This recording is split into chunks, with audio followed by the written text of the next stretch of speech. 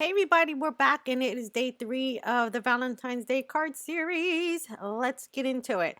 So today I'm using the I Still Do stamp set from Simon Says Stamp, and I'm going to use the little links of hearts here, but all the other images are very pretty as well.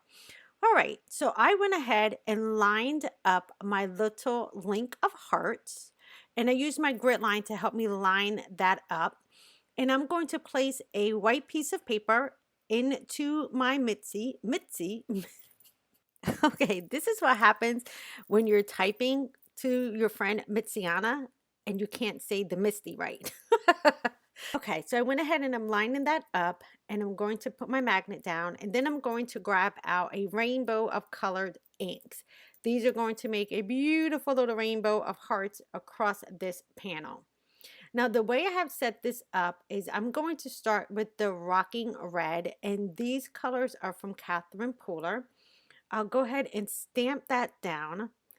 And then how I have this lined up is that I'm going to be able to shift each row of hearts over. So let me show you really quickly. So I'm press that one down. I go ahead and have my first cute little row lined up.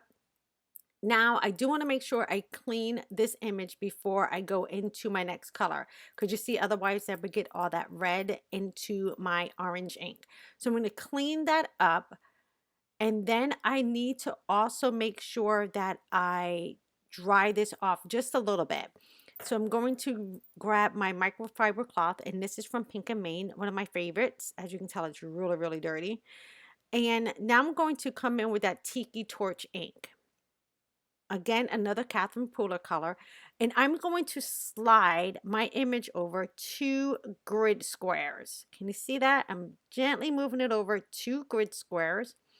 I'll place my magnet down. I do want to pick up that ink just a little bit. So I'm going to grab that little cloth there, my little baby wipe, and just get that cleaned off. I just don't want that to mess up my ink pad.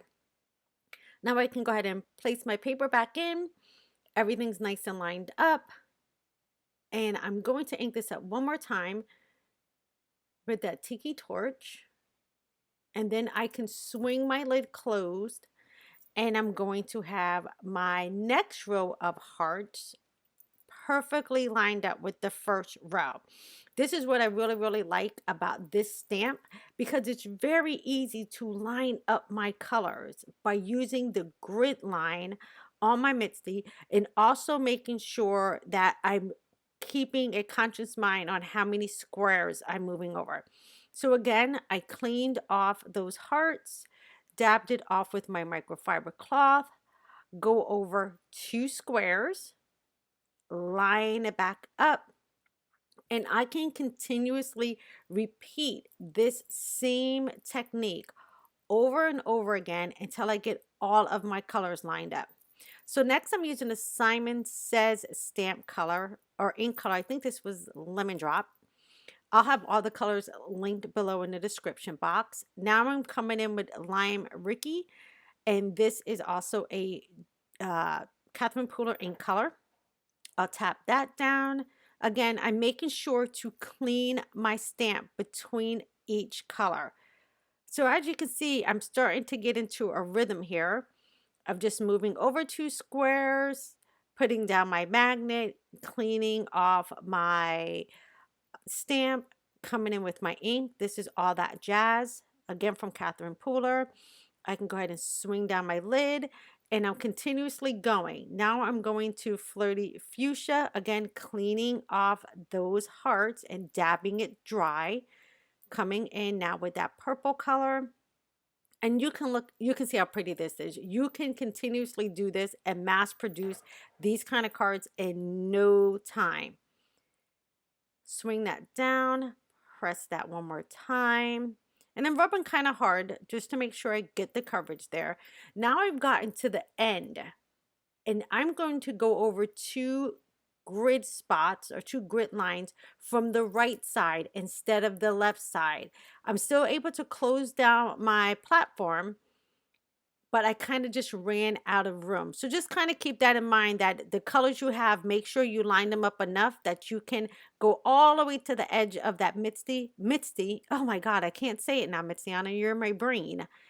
And then I'm using that last one, that last color, I think that's Party Dress. And then I can close down my lid one more time, press that in, and then I'm going to have this gorgeous linked hearts background. How pretty is that? Oh, I love it. I did make several of these, several. So I had some cards on hand. I do want to trim down on the right side so it matches up a little bit better with my left side. Again, I'm just going to use my tonic paper trimmer for this. Align everything up, and then I press down the handle on that, and now I'm even on both sides. Gotta love that paper trimmer. All right, now it's time for me to put on a sentiment. So I'm coming back into that I Still Do from Simon Says Stamp, the same stamp set that I got the chain link of hearts from. And I'm just going to grab one of the larger sentiments. Now, I could, if I wanted to, place this directly on here and just stamp it on there, but I do want to add a tad bit of black to this card. So I have a piece of black cardstock here, and I pulled out my mini Misty, and then I'll line up this paper onto the side, since I don't feel like trimming down this piece of paper. And I want to heat emboss this. So what I really like about this sentiment is that it's just like straight up and down. I don't really have to worry about, it filling too much of my card panel up. It's just a nice symmetrical, in my opinion, stamped image. Sorry for my head there. I did put down some of my powder bag to make sure none of my embossing powder sticks. And then I'm going to use Versamark. And I'm sorry, kind of off camera. I'm inking up that stamp, and then I can go ahead and press down and flip that over, and now I have a really great sentiment to put onto this card. My favorite and my go-to embossing powder is from Ink on 3. This is called Arctic White, and I absolutely love it. It always gives me a very crisp image anytime I need to emboss. Now I'll go ahead and set that aside, and I need to heat up my heat tool on this. Remember, anytime you're heat embossing, you do want to have that heat tool really nice and hot before you bring it to your paper. So I had mine running off to the side for a little bit, and then I go to the front and then to the back, and you'll see how quickly it ends up changing colors, and that's because I ended up letting that heat tool heat up. Now I'm going to bring back in my paper trimmer, and I'm going to trim down this sentiment to just be like in a longer rectangle. So I use my little guide here, and then I can cut that down. Now I did notice that while I was heating up my image, I missed heating up the R. So you can see it looks kind of powdery still, and everything else looks bright white. So I'll just grab my heat gun, and because it was actually really hot, I had no problem heat setting that very quickly. All right, now it's time to put the card together. I had this card done, and I was like, oh, I think I just want to add a little bit more to that background. So I'm going to start up first by making my card base. And this is Nina Solar White 110-pound card base. And I'm scoring that on my EK Success Tools scoreboard. I like to score it with the tool which it comes with, but then I like to go back and reinforce it with my Teflon bone folder. That's just a preference of mine, but you don't have to do it. I just feel like the Teflon bone folder gives me a really, really good crease. All right, now this is where I realized like I didn't want just white on white. I think I needed to add a black border around this piece. So I'm going to grab in some Ultra Bond glue, and this is from Thermoweb. And this now stays off on the side of my desk. I absolutely love this stuff. And I'll place them down, and I'm just trying to go exactly towards, or as close as I can, to the edge of that piece. Again, sorry for my head, and as you can tell, it was bad hair day because I was wearing my baseball cap. I'm going to go ahead and line that up, and I'm just going to press it down. Now, obviously, that panel piece is not going to be that big, but I'm going to be able to trim that down a little bit later. At this point, I'm just using up some scraps of black paper that I have in order not to have to waste an entire sheet.